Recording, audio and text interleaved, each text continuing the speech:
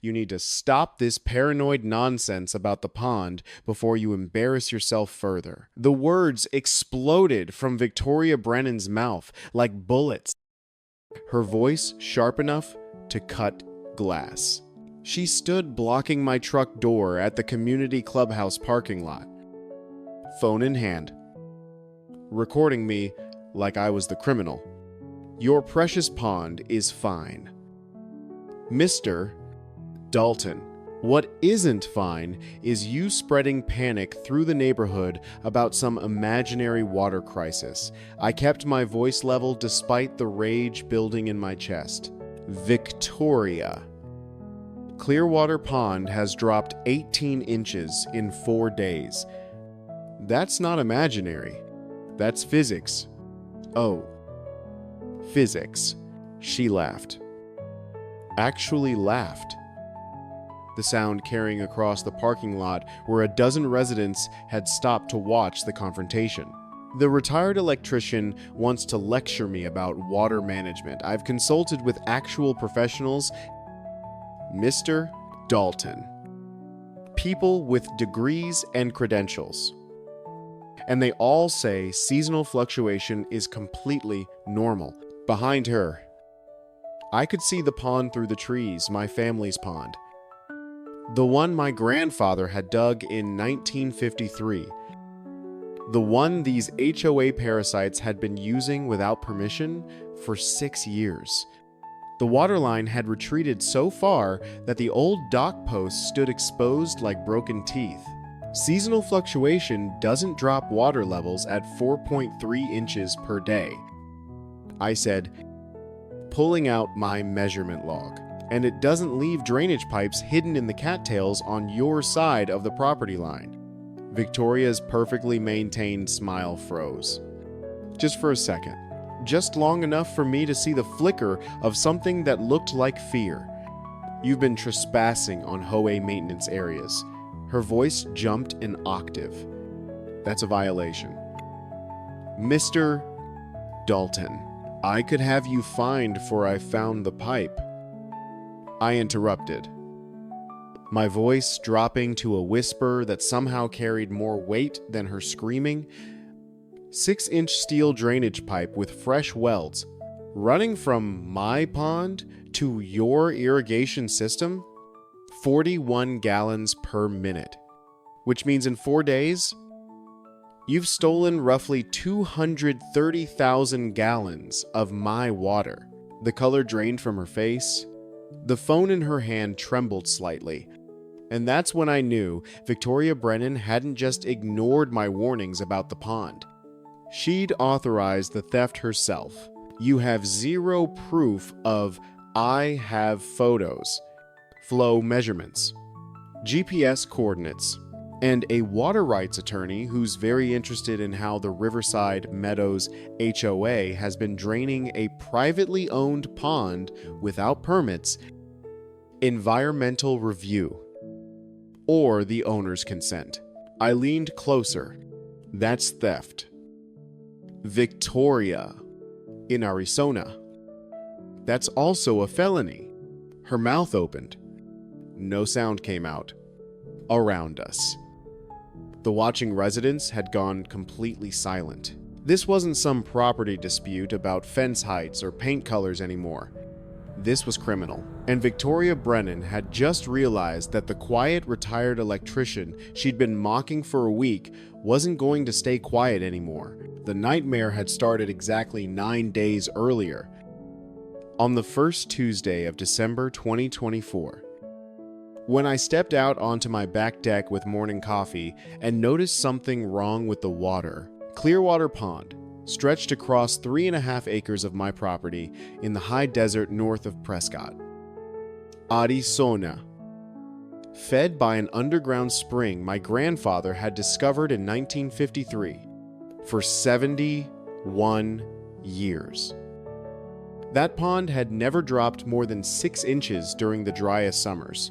But that morning, the waterline sat a full hand's width below the weather-worn marks on the granite boulders marking the shore. I walked down to the edge. my boots crunching on gravel that should have been underwater. The exposed stones were dry, not damp like they'd been submerged recently, but completely dry, with dusty surfaces that suggested days of exposure. Duke, my 12-year-old German Shepherd, paced the shoreline with his ears back, whining softly the way he did when something felt fundamentally wrong. The drop was impossible. Arizona's high desert climate meant steady evaporation. Sure. But we're talking maybe half an inch per week during December's cool temperatures. This was different. This was at least 4 inches gone overnight, with no rain, no increased heat, no logical explanation. I spent the next hour walking the perimeter, checking for obvious problems. Collapsed banks, no. Cracked clay allowing sudden seepage, no. Animal damage to the spring feed, nothing. Everything looked exactly as it should. Except for the undeniable fact that several thousand gallons of water had vanished. By afternoon, I'd pulled out the survey equipment I'd kept from my electrical contracting days laser level. Measuring tape, GPS logger, and established baseline marks on the granite boulders. If the water was dropping, I needed precise documentation to understand how fast and why. That evening, I mentioned it to my neighbor Tom Chen, whose property bordered mine to the east. Weird, he said, scratching his gray beard. My well, pressure's been low the past few days. Pumps working harder than usual. How much lower? Enough to notice, enough that I called the well company. But they said everything checked out mechanically. He paused. You don't think... I don't know what to think yet. I admitted, but something's pulling water from somewhere. The next morning brought confirmation that this wasn't a one-time event. I checked my marks at 7 a.m. The water had dropped another 3.5 inches overnight. Duke refused to go near the shoreline, staying close to my heels with his hackles slightly raised. Animals know when nature's rhythms are broken. I spent that day documenting everything. Photographs from multiple angles, depth measurements taken from 6 different points around the pond, flow rate estimates from the spring feed, which still bubbled steadily at its normal rate of approximately 8 gallons per minute. The math was simple, and terrifying water was leaving faster than it was entering, and there was no natural explanation. By Thursday morning, the pond had lost a total of 11 inches. The old wooden dock that my grandfather had built now sat, tilted and awkward, its support posts straining as the water level dropped below their designed depth. Worse, the biological signs were starting to show. Small fish were gathering near the spring inlet where oxygen levels stayed highest, and the normally clear water had taken on a slightly murky quality that suggested sediment disturbance. That's when I decided to check the southern edge of the pond, the side that bordered the Riverside Meadows HOA development. The community had been built 8 years ago on what used to be grazing land, transforming 200 acres of high desert into a manicured suburban development with strict covenants and an HOA board that treated their authority like a divine mandate. The HOA residents had been using my pond for recreation since the development was completed: fishing, kayaking, walking the trails around the shore, and I'd never minded. The pond was big enough to share. And honestly, I'd enjoyed watching kids learn to fish from the same granite boulders where my own children had learned decades earlier. But they'd always understood it was my property, maintained by my family. and subject to my rules about safety and respect. I followed the narrow trail through the Arizona cypress and juniper trees that separated my land from the HOA's manicured walking paths. The contrast was always jarring, wild high desert on my side, carefully landscaped perfection on theirs. But that morning, the landscaping looked stressed. The usually vibrant winter grass along the HOA's decorative berms had patches of brown. Their ornamental fountain in the community plaza was turned off, and the irrigation sprinklers that normally ran on a precise schedule were silent. That's when I spotted it, hidden behind a thick cluster of cattails and native grasses, partially concealed by decorative river rocks that someone had carefully arranged, was a steel pipe emerging from the pond's southern bank, 6 inches in diameter. New welds still showing the rainbow oxidation patterns of recent work, angled down into a trench that led directly toward the HOA's irrigation system pump house, my hands clenched into fists. Someone had installed a drainage pipe from my pond without permission, without permits, without even bothering to ask. And given the fresh welds and recent soil disturbance, they'd done it within the past 2 weeks. I pulled out my phone and started documenting. Photos of the pipe from multiple angles, close-ups of the welds showing they were recent, video of water moving through the pipe with a faint but audible flow sound, GPS coordinates marking the exact location. Then I pulled out the portable flow meter I'd brought, a habit from my electrical contracting days when we often had to verify water flow for cooling systems. The meter stabilized at 41.3 gallons per minute. I did the quick math in my head. 41 gallons per minute meant 2,460 gallons per hour, which translated to 59,040 gallons per day, over 4 days. That was roughly 236,000 gallons drained from my pond, enough to drop the water level exactly the amount I'd measured. The evidence was undeniable. The HOA wasn't just using my pond for recreation anymore. They were actively draining it to supplement their irrigation system. Probably because Arizona's drought restrictions had raised their water costs high enough to make theft look attractive. I spent another 30 minutes documenting the pipe's path. It ran underground for approximately 50 yards before connecting to what looked like a junction box near the HOA's main pump station. Professional installation, expensive equipment, and absolutely illegal without the property owner's permission and county water rights permits. By the time I returned home, my initial shock had crystallized into cold, focused anger. This wasn't an accident or a misunderstanding. This was deliberate, calculated theft of my water, hidden behind decorative landscaping and carried out with the kind of confidence that suggested whoever authorized it believed they were untouchable. That afternoon, I called my attorney, Rebecca Martinez, whose practice specialized in property rights and water law. In Arizona, water rights are serious business. Our desert climate means every drop matters.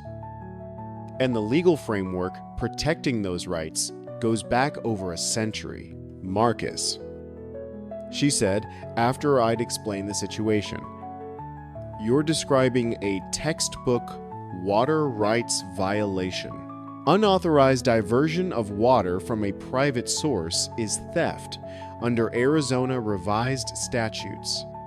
If they installed infrastructure without permits, that's additional violations. And if the HOA board authorized this, they've exposed the association to significant civil and potentially criminal liability. What do I do first? Document everything meticulously, which you've already started. Then file a formal complaint with both the HOA board and the county water department. The HOA needs official notice that you're aware of the drainage and demand immediate cessation. The county needs to know about unpermitted infrastructure affecting private water rights, and if the HOA doesn't respond, then we file for an emergency injunction to stop the drainage. Followed by a lawsuit for water theft, property damage, and legal fees. But Marcus, give them a chance to do the right thing first. Sometimes boards don't know what their maintenance contractors are doing. I spent that evening drafting a formal letter to the Riverside Meadows HOA board. Professional, factual, and unambiguous. I'd discovered unauthorized drainage infrastructure on my property, documented approximately 230,000 gallons of water theft over 4 days, and demanded immediate cessation of all drainage operations, along with an explanation of who authorized the work. I hand-delivered the letter to the HOA management office the next morning, Friday, requesting confirmation that the board would receive it before their monthly meeting scheduled for Tuesday evening. The office manager, a nervous woman named Linda, read the letter with widening eyes. Mr. Dalton, I'm sure there's been some misunderstanding, there's been theft. I corrected, and the board has until Tuesday to respond. After that, my attorney gets involved. She nodded quickly, making copies and time-stamping the original. I'll make sure President Brennan sees this immediately. Victoria Brennan. I'd met her exactly once, at a community barbecue 6 months ago when she'd just been elected HOA president, early 40s. Aggressive confidence, and the kind of smile that never quite reached her eyes. She'd spent 15 minutes explaining her vision for modernizing the community, professional landscaping, enhanced amenities, strategic partnerships with local developers. I'd listened politely and left early, sensing that her version of modernization would inevitably conflict with my preference for leaving things alone. That weekend, I continued monitoring the pond. The drainage continued unabated, another 7 inches lost by Sunday morning. The dock was now sitting almost entirely on dry ground, tilted at a dangerous angle. Small fish were dying in the shallow areas where oxygen couldn't reach.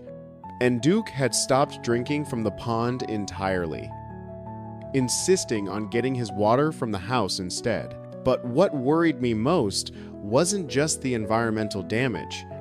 It was the calculation behind it. Whoever authorized this drainage had done the math. Understood they were stealing significant quantities of water, and decided the risk was worth it. That suggested either desperation or arrogance. And in my experience, both led to escalation when challenged. Tuesday evening arrived with a cold desert wind that smelled like juniper and impending confrontation. I drove to the Riverside Meadows clubhouse carrying my documentation in a leather portfolio photos, flow measurements, legal citations, Rebecca's preliminary analysis. The parking lot was surprisingly full, suggesting attendance at HOA meetings had increased since Victoria took over. Inside, 47 residents filled the folding chairs arranged in neat rows facing the board table.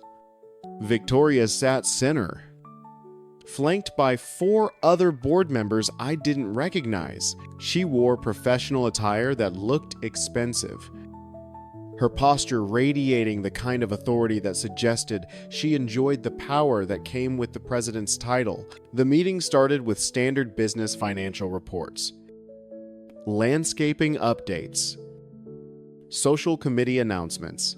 Victoria ran the proceedings with military precision, cutting off rambling speakers and redirecting conversations with practiced efficiency. Whatever else she was, she knew how to control a room.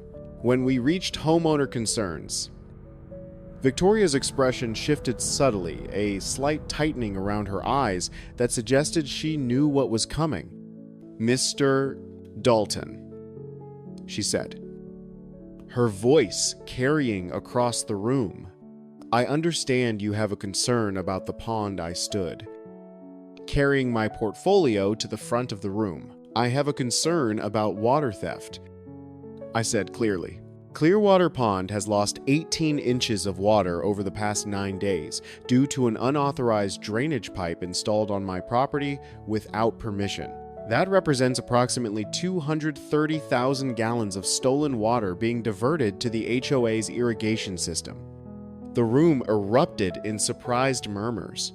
Victoria's smile never wavered. But I noticed her hands tightening slightly on the table edge. "Mr. Dalton," she said with exaggerated patience. "I'm sure there's been some misunderstanding. Seasonal water level fluctuation is completely normal, not at 4.3 inches per day." I interrupted.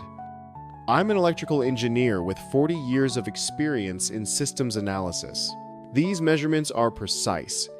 I opened my portfolio and pulled out the first photograph, laying it on the table in front of her. "This is the drainage pipe installed in the cattails on the HOA side of the property line. 6-inch steel. Fresh welds.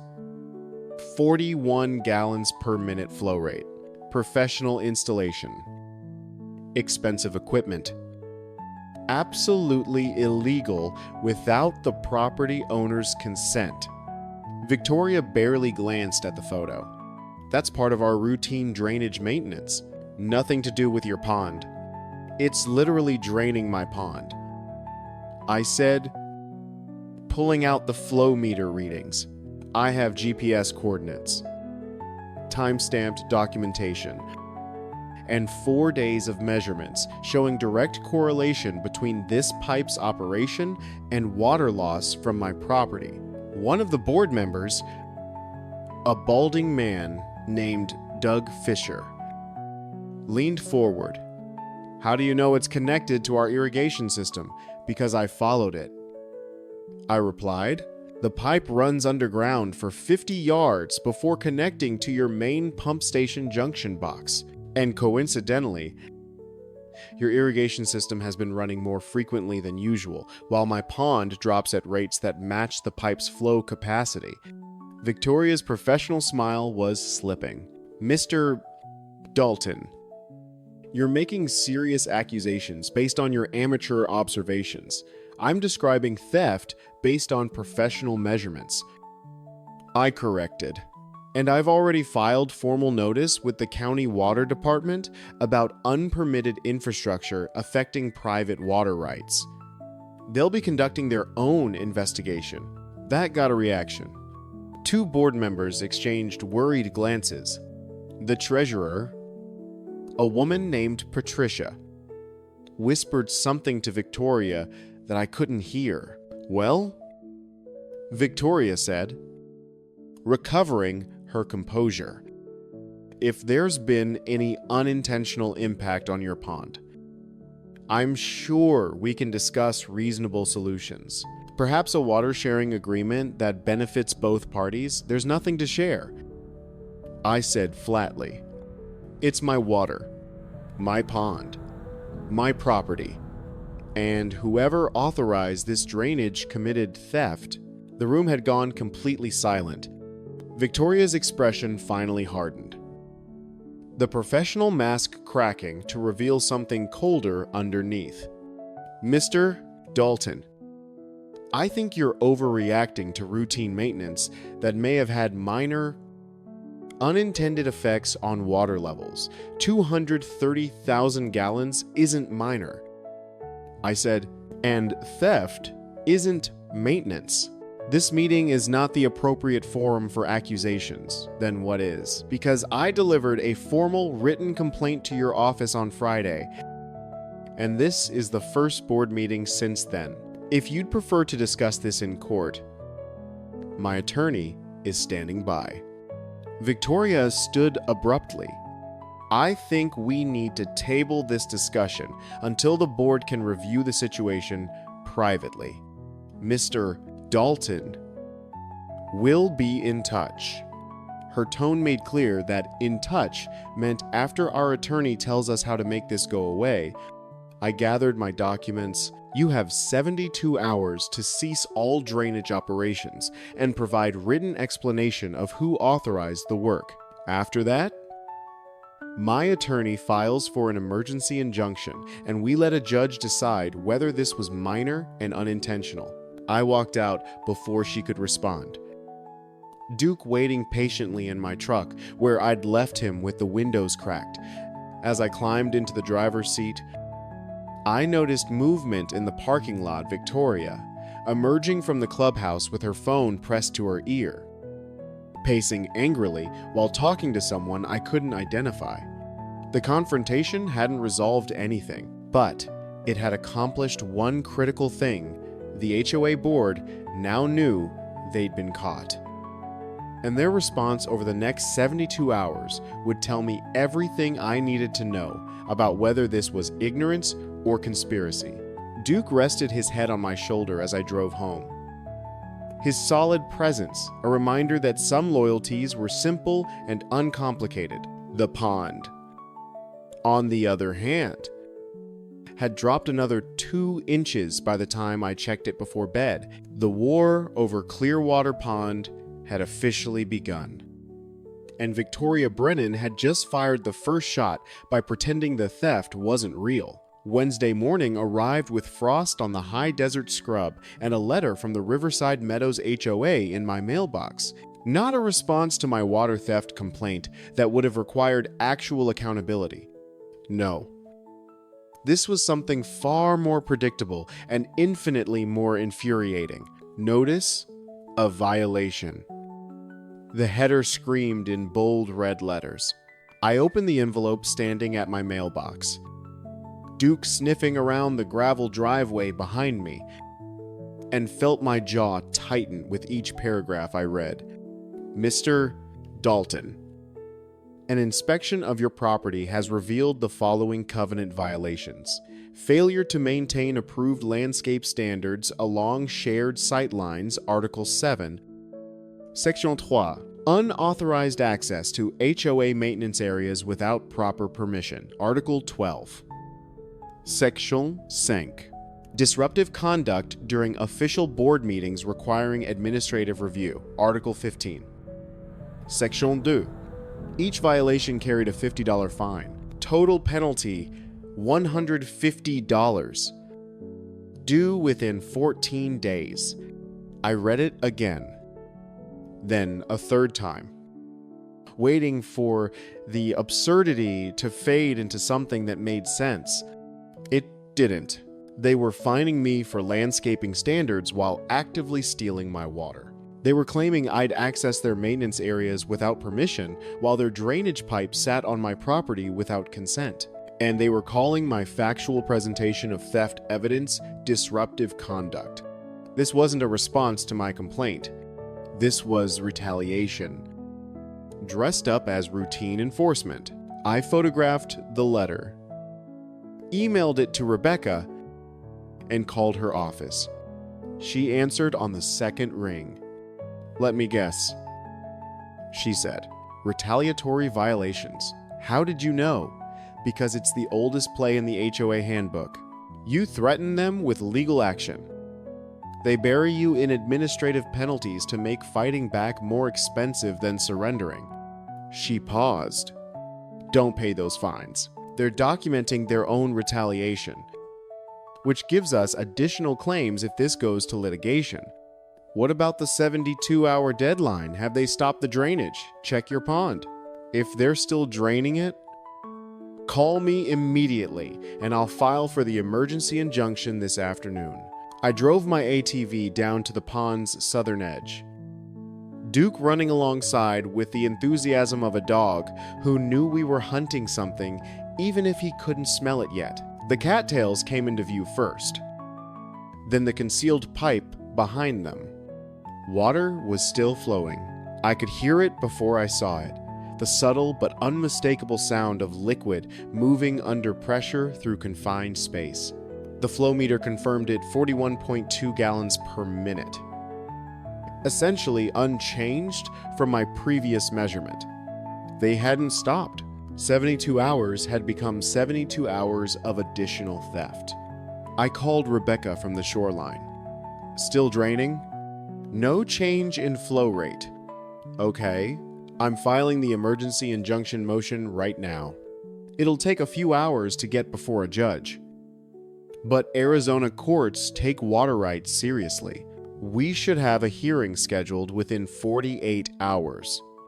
And in the meantime, document everything. Measure the flow every 6 hours. Photograph any changes. And Marcus. Her voice took on a harder edge. Be prepared for them to escalate. People who steal water don't usually surrender just because they've been caught. She wasn't wrong. By Thursday afternoon, two things happened simultaneously. I received official notice of an emergency HOA board meeting scheduled for Friday evening to address community water concerns. And Tom Chen called to tell me his well had run completely dry. It's gone. Marcus, he said, frustration evident in his voice. Been drilling wells in this area for 40 years. Never seen one go dry this fast. The well company says the aquifer's being stressed by something, probably excessive pumping nearby. The aquifer, I hadn't considered that possibility, but it made horrible sense. Clearwater Pond wasn't just surface water, it was fed by an underground spring connected to the same aquifer that supplied residential wells throughout the area. If the HOA was draining the pond hard enough to drop water levels at 4 inches per day, they were also pulling down the aquifer that fed everything else. Tom wasn't the only one affected. Over the next 24 hours, 5 more neighbors reported well problems, low pressure, muddy water, complete failure. The HOA's theft wasn't just damaging my pond, it was destabilizing the entire local water system. Rebecca added aquifer impact to our emergency injunction motion. This changes everything, she explained. Private water theft is serious. But threatening a community water supply is a different category of violation. The county will have to intervene. Friday evening's emergency HOA meeting had the energy of a mob gathering. 63 residents packed into the clubhouse. Far more than usual. Many of them angry and confused about why their wells were failing. I arrived 15 minutes early and took a seat near the back. Duke, waiting in the truck as usual. Victoria Brennan stood at the front in that crimson-red blazer that had become her uniform. The black silk top underneath catching the fluorescent lights in a way that probably photographed well for the community newsletter. Her wine-brown hair was perfect despite the December wind outside, and her red, glossy lips curved into a smile that suggested she was about to solve everyone's problems rather than admit she'd caused them. The meeting opened with Victoria's announcement. As many of you know, we've been experiencing some unusual water challenges this week. I want to assure everyone that the board has been working tirelessly with our water management consultants to understand and address these issues. Water management consultants. That was rich, she continued, her voice taking on a concerned, almost maternal tone. We've identified that the source of our, problems appears to be excessive drain on the local aquifer from private sources that aren't following proper conservation protocols. My hands clenched on the chair armrest. She was blaming me. Wait. Someone called from the middle of the room. What private sources? Victoria's expression shifted into practiced sympathy.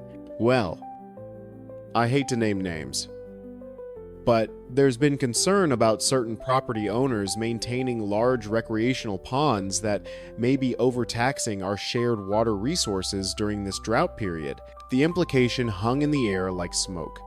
She was suggesting my pond, the one they were actively draining, was causing the well failures. I stood up. That's a lie. The room went silent. Victoria's smile tightened fractionally. Mr. Dalton, please don't interrupt. Your irrigation system is draining my pond at 41 gallons per minute through an illegal pipe you installed without permission. I said, my voice carrying across the stunned room. That's what's stressing the aquifer, not conservation. Not my pond, existing peacefully for 71 years. Your theft. An older woman I didn't recognize stood up. Is that true? Are they draining his pond? There's been routine maintenance. Victoria started. Show them the photos. I interrupted, pulling out my phone. 6-inch steel drainage pipe. Hidden in the cattails. Fresh welds.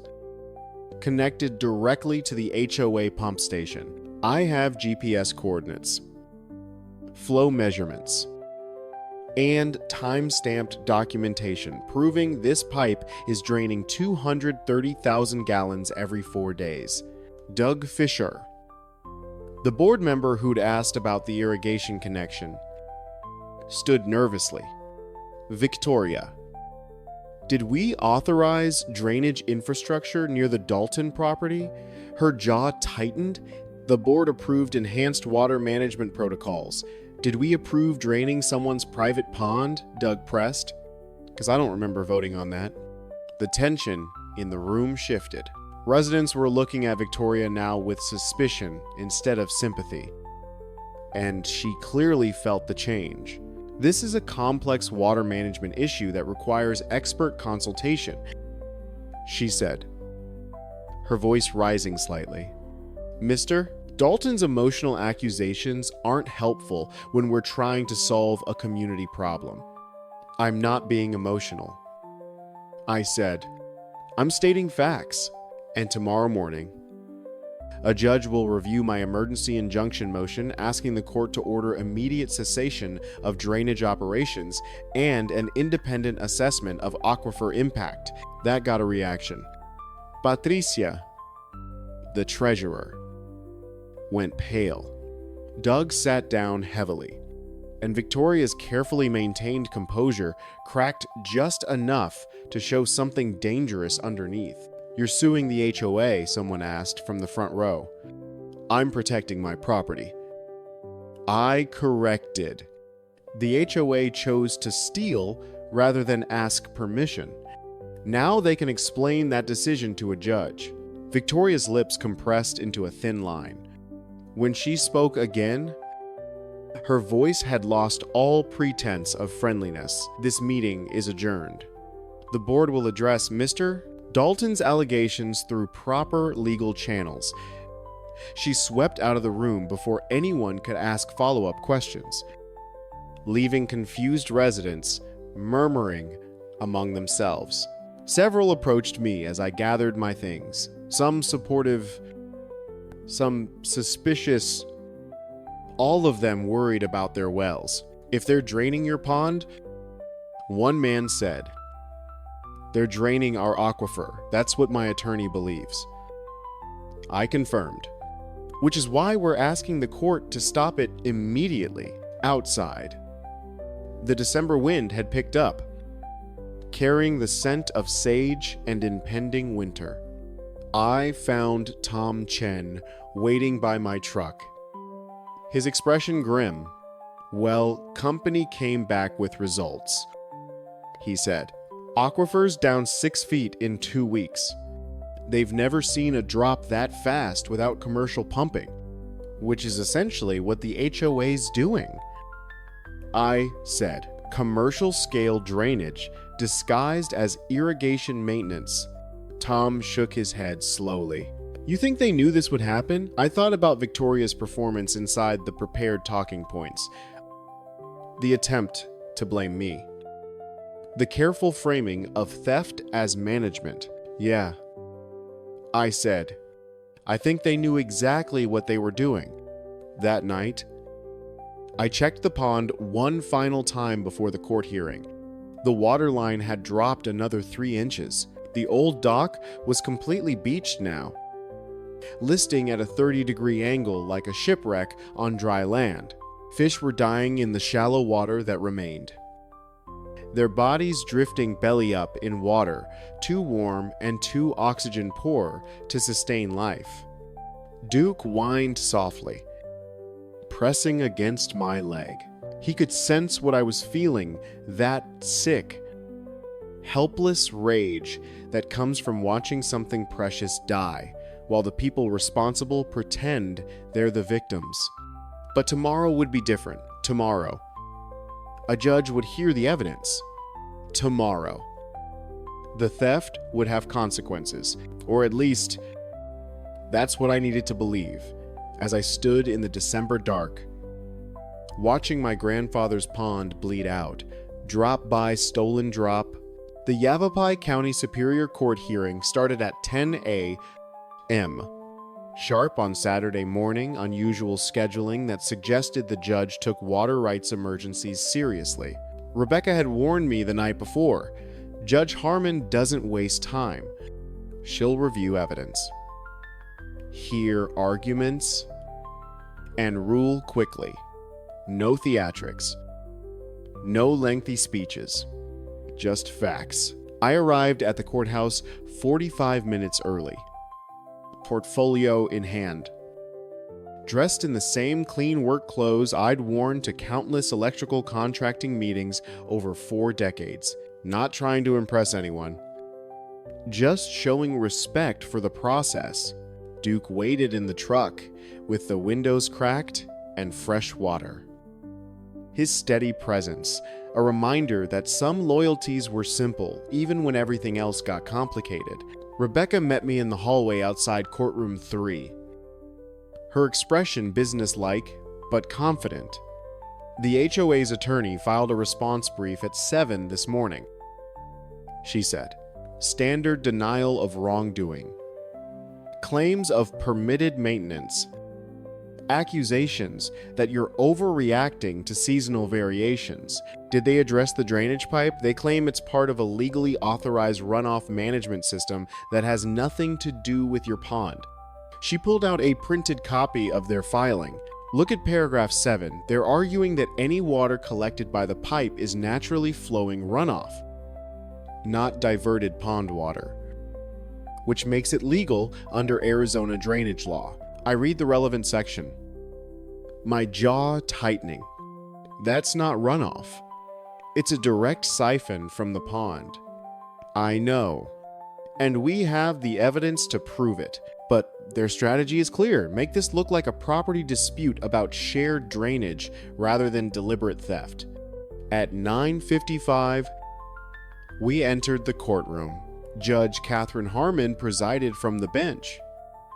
A woman in her late 50s with steel gray hair and the kind of expression that suggested she'd heard every excuse imaginable and believed none of them. The HOA's legal team sat at the defendant's table, their attorney, a polished man named Gregory Walsh, flanked by Victoria Brennan and Doug Fisher representing the board. Victoria had maintained her appearance carefully, that same crimson blazer from the meeting. Black silk beneath, catching the courtroom lights. Red heels clicking against the tile floor as she settled into her chair. But her expression lacked the confident certainty from earlier in the week. She looked like someone bracing for impact. This is an emergency hearing on plaintiff's motion for preliminary injunction. Judge Harmon began without preamble. Mr. Martinez for the plaintiff, Mr. Walsh for the defendant. I've reviewed the briefs. Mr. Martinez. Your case, Rebecca, stood. Your Honor, this is a straightforward water theft case with catastrophic environmental and community consequences. The defendant, HOA, installed unauthorized drainage infrastructure on the plaintiff's property, diverting water from a private pond at rates exceeding 40 gallons per minute. Over 12 days. They've stolen approximately 300,000 gallons of water, causing severe damage to the pond's ecosystem and stressing the local aquifer that supplies residential wells throughout the area.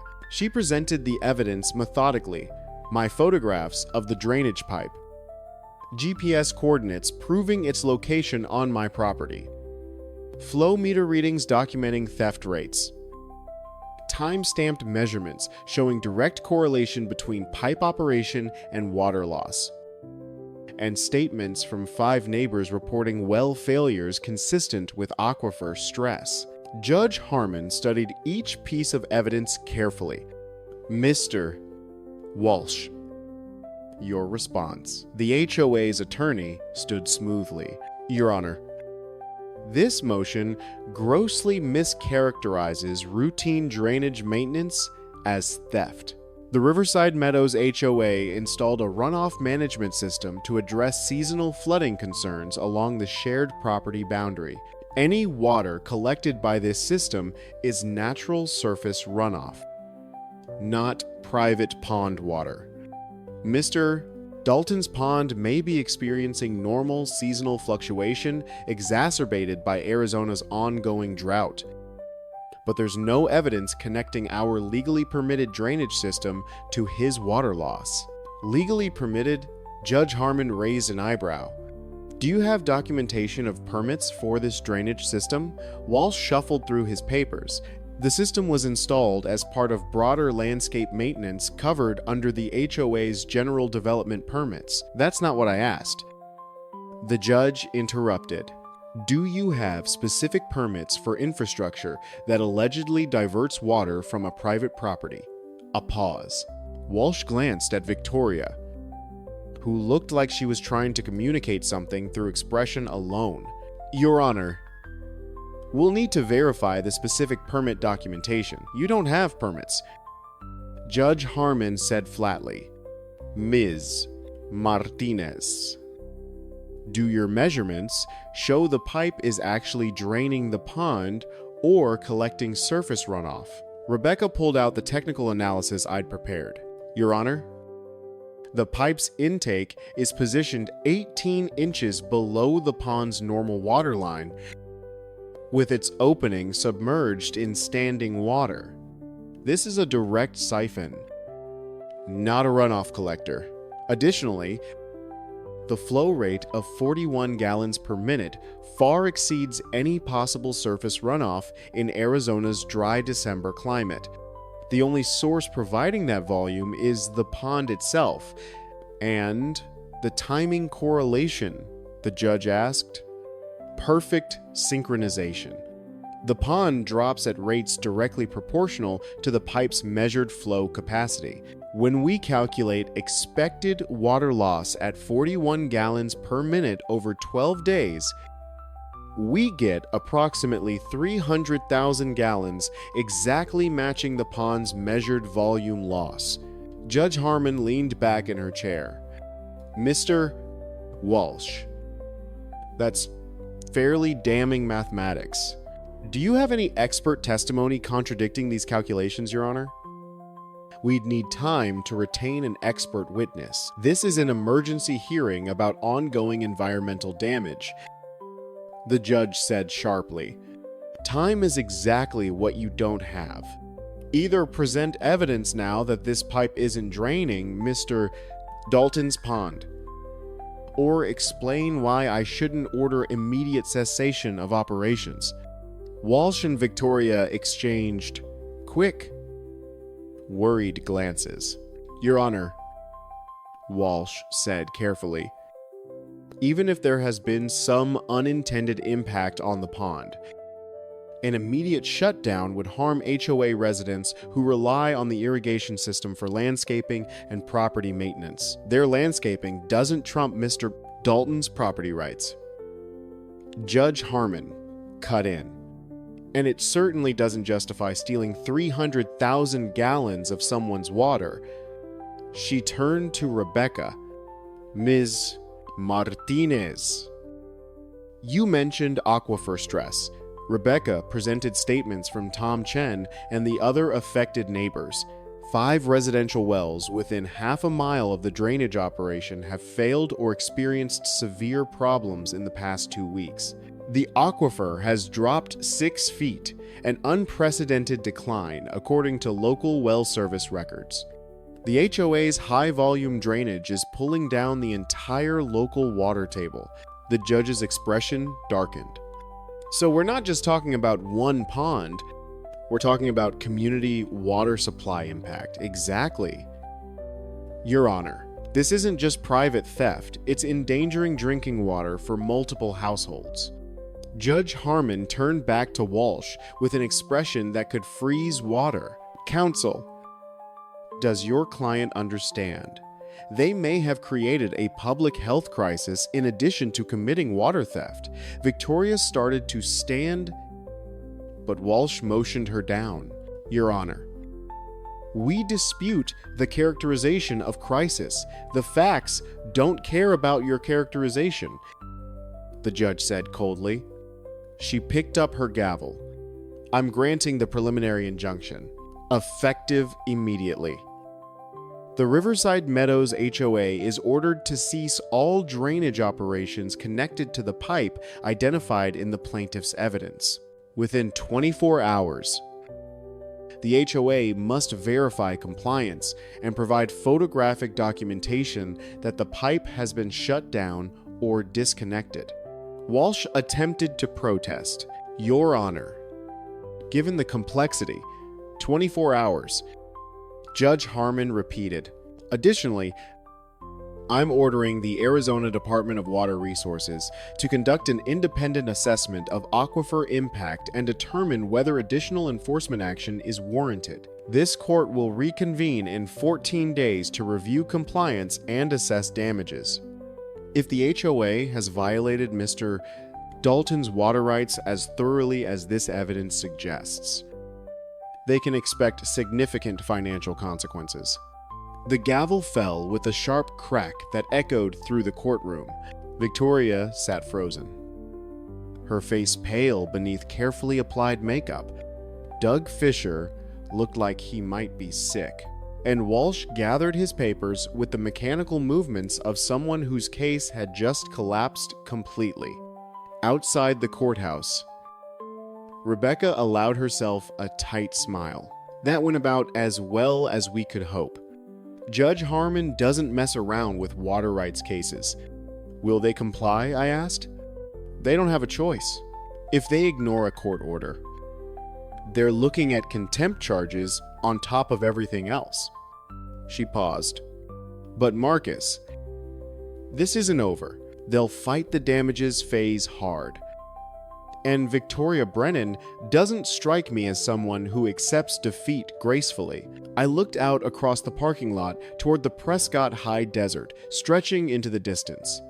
Somewhere beyond those hills, my pond was still dying. Still, bleeding water it shouldn't be losing. 24 hours. I said, let's see if they're smart enough to cut their losses. Duke greeted me at the truck with his usual enthusiasm, entirely unbothered by the drama of human legal proceedings.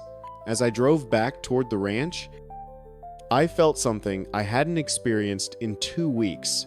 Not triumph exactly, but the possibility that justice might actually work the way it was supposed to. The question now was whether 24 hours would be fast enough to save what was left of Clearwater Pond, or whether Victoria Brennan's theft had already done irreversible damage. I'd find out tomorrow. One way or another, the bleeding would stop. 24 hours became 23 hours, and 47 minutes of watching the pond continue to drop. I checked the drainage pipe every 4 hours through Saturday night and Sunday morning, water still flowing. 41 gallons per minute still being stolen. The court order apparently meaningless to people who'd spent 2 weeks pretending the law didn't apply to them. By Sunday afternoon at 3:47 p.m., exactly 1 hour before the deadline, I was standing at the pipe with my flow meter when I heard engines approaching from the HOA side. 2 pickup trucks marked Desert Vista Landscaping parked near the pump house, and 4 workers in company uniforms began unloading equipment. I stayed hidden in the cattails. Filming everything? The crew worked quickly, disconnecting the pipe from the pump station junction, sealing the intake on my side with a welded cap, and backfilling the trench with gravel. Professional work completed in 38 minutes, suggesting they'd been hired specifically for this emergency shutdown. At 4:19 p.m., my phone rang. Unknown number. I answered to hear Victoria Brennan's voice. Strained and formal, Mr. Dalton. This is Victoria Brennan. Per the court order, drainage operations have been terminated. You should see the cessation within the hour. I'm watching your crew seal the pipe right now. I replied. 3 hours late. But better than contempt charges. A pause. Our attorney will be submitting compliance documentation to the court tomorrow morning. Your attorney should also be preparing to discuss damages. My pond has lost over 300,000 gallons. The ecosystem is collapsing. That doesn't just reverse itself because you finally stop stealing. Another pause. Longer this time. When Victoria spoke again, her voice had lost the formal courtesy. You've made your point. Mr. Dalton. The board acted on advice from water management consultants who assured us this was legal runoff collection. If there's been damage, we'll address it through the proper channels. Water management consultants. I repeated. Is that what you're calling the developer who wanted lower water costs? The line went dead. She'd hung up. I walked down to the pond's edge, where Duke was pacing nervously along the exposed shoreline. The water had dropped to its lowest point, yet nearly 24 inches below normal level. The old dock sat completely beached, angled like a broken monument to better times. Dead fish floated in the shallow water that remained, their bodies gathering near the spring inlet where the cleanest water still flowed. But the important thing was the silence. For the first time in 2 weeks, I couldn't hear water moving through that hidden pipe. The theft had stopped. The next morning, I took comprehensive measurements, waterline position, dissolved oxygen levels, temperature readings, biological damage assessment. The spring was still feeding approximately 8 gallons per minute, which meant recovery was possible if nature had enough time to heal what humans had broken. Rebecca called at 9 a.m. Walsh filed compliance documentation with the court. They've shut down the drainage and provided photos matching your description. Judge Harmon accepted the proof. Which means we move to the damages phase. She paused. Marcus. They're going to fight this hard. Water theft penalties in Arizona can be severe triple damages plus attorney fees if we prove intentional misconduct. The HOA could be facing $100,000 or more. Good. I said, maybe that'll teach them that property rights aren't optional. There's something else. The Arizona Department of Water Resources sent an inspector to examine the aquifer impact. Tom Chen's well data, combined with 4 other residential failures, got their attention. If they determine the HOA's drainage created a public water supply threat, we're looking at state enforcement action on top of your civil case. The state investigation moved quickly. By Wednesday, an investigator named Sarah Chen, no relation to Tom, had interviewed me. examined the sealed drainage pipe, reviewed all my documentation, and taken independent measurements of aquifer levels throughout the area. Mr. Dalton, she said as she prepared to leave, this is one of the more clear-cut cases of illegal water diversion I've seen in 15 years with the department. The HOA didn't just steal your water, they destabilized a shared aquifer serving multiple households. That triggers mandatory enforcement. What kind of enforcement? Significant fines, mandatory remediation, and potential criminal referral if we determine the board acted with knowledge that their actions would cause public harm. She closed her field notebook. People don't take water seriously until it's gone. Then suddenly everyone cares. Over the next week, Clearwater Pond began its slow recovery. The spring continued its steady flow. And without the drain of that illegal pipe, water levels started climbing back toward normal, maybe 3 inches gained over 7 days. Not fast, but happening. The biological damage would take longer to reverse. Fish populations needed to rebuild. Oxygen levels needed to stabilize. The shoreline vegetation needed to reestablish. But the pond was healing, slowly, painfully, but healing. The HOA wasn't healing. By the following Tuesday, when we reconvened for the damages hearing, the board looked like people who'd spent 2 weeks being crushed between their attorney's advice and reality's refusal to cooperate. Victoria still wore her signature crimson blazer, but the confidence had evaporated. Doug Fisher wouldn't make eye contact. Patricia, the treasurer, clutched a financial report like a shield, and their attorney, Walsh, looked like someone preparing to surrender a position he knew was indefensible. Judge Harmon wasted no time. Let's address damages. Ms. Martinez Rebecca stood with the comprehensive assessment we'd prepared 317,000 gallons of stolen water at Arizona's established water right valuation of $3 per 1,000 gallons, base damages of $951, environmental restoration costs estimated $18,000 for aquatic life replacement, vegetation restoration, and shoreline stabilization. Loss of property use and enjoyment, $12,000 for 2 months of unusable recreational resource.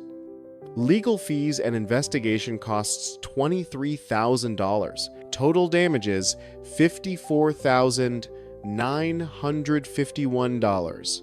Additionally, Rebecca said, we're seeking treble damages under Arizona Revised Statutes, Section 12 to 1,177, which allows triple compensation for intentional water theft. The evidence shows the HOA board authorized this drainage with full knowledge it was diverting private pond water without permission. That raises total damages to $164,853. Victoria made a small sound, not quite a gasp, but close. Patricia went completely pale. Walsh stood quickly. Your Honor. Treble damages are inappropriate here. The board acted on consultant advice in good faith. Did they obtain permits? Judge Harmon asked.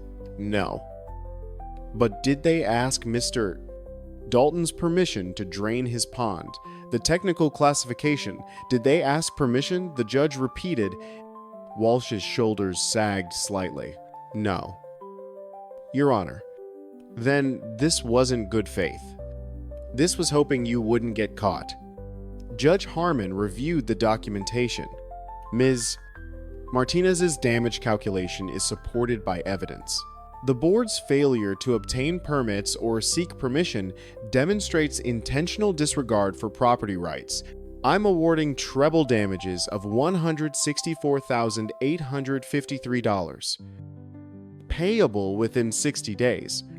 She looked directly at Victoria. Mrs. Brennan, the court is deeply troubled by your board's conduct. Water theft is serious. Lying to homeowners about the cause of aquifer problems is worse. Retaliating against the victim with false violations is inexcusable. Your HOA now owes Mr.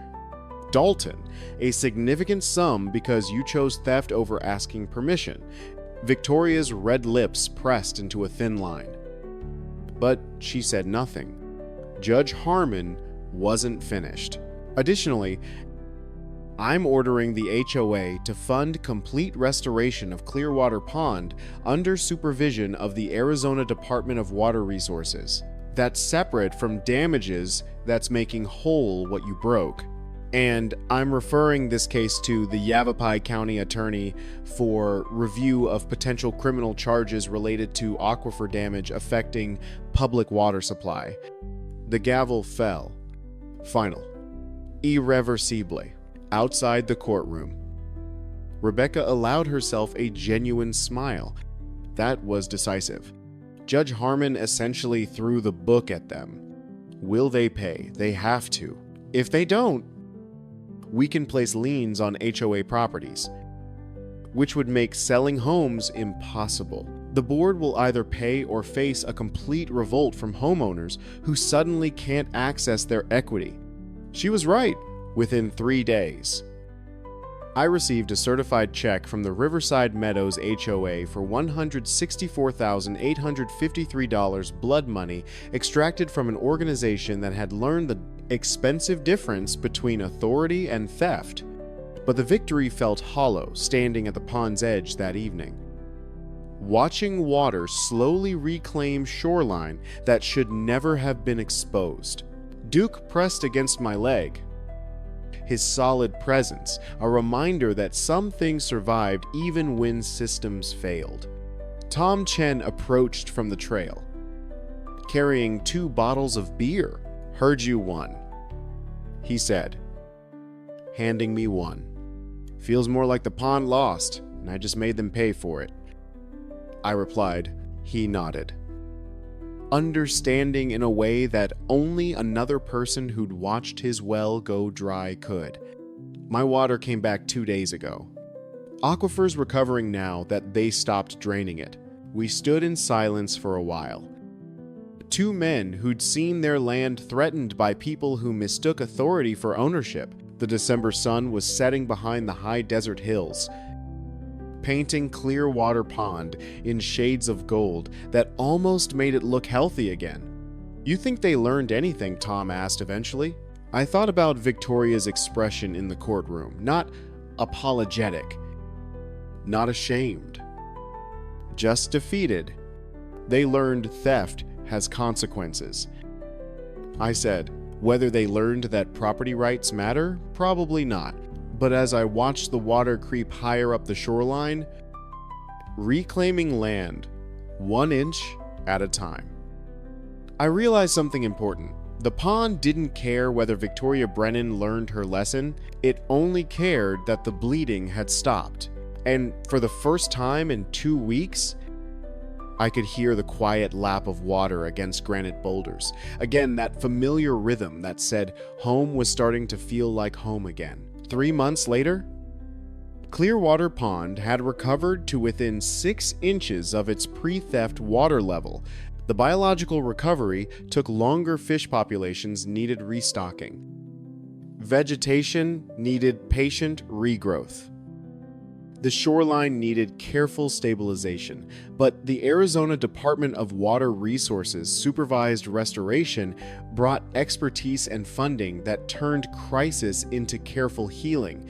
The HOA underwent its own transformation. Victoria Brennan resigned as president 2 weeks after the judgment, replaced by Doug Fisher, who ran on a platform of transparency and respect for property rights. The board implemented new policies requiring board votes for any project affecting properties outside HOA boundaries. and established a community fund specifically for emergency water infrastructure to prevent future desperation-driven theft. Tom Chin's well stabilized at its original capacity. The 4 other affected neighbors saw their water return, and the aquifer, that hidden underground resource that sustained life across the high desert, recovered to within 2 feet of its historical levels. I used part of the damage award to install proper fencing along the pond's southern boundary. Nothing aggressive. Just clear marking that said private property in a way that even the most entitled HOA board couldn't misunderstand. The rest went into a trust for pond maintenance and environmental protection, ensuring that future generations could enjoy water. My grandfather had discovered in 1953. Duke and I walked the shoreline most evenings now, watching the sunset paint the recovered water in colors that reminded me why this land mattered. The old dock had been rebuilt and reinforced, stronger than before. A monument to the principle that what's broken can be repaired if people care enough to do the work. The Crimson Blazer president who'd mocked my paranoid nonsense was gone. The water she'd stolen had been restored, and the pond that had nearly died from human arrogance was alive again. Fed by an ancient spring that cared nothing for HOA, politics, or property disputes, it just kept flowing. The way it had for centuries. The way it would for centuries more if people finally learned to respect what they didn't own, standing there in the Arizona twilight. I thought about what Rebecca had said after the final hearing. Justice isn't about revenge. It's about making whole what was broken. Clearwater Pond wasn't completely whole yet.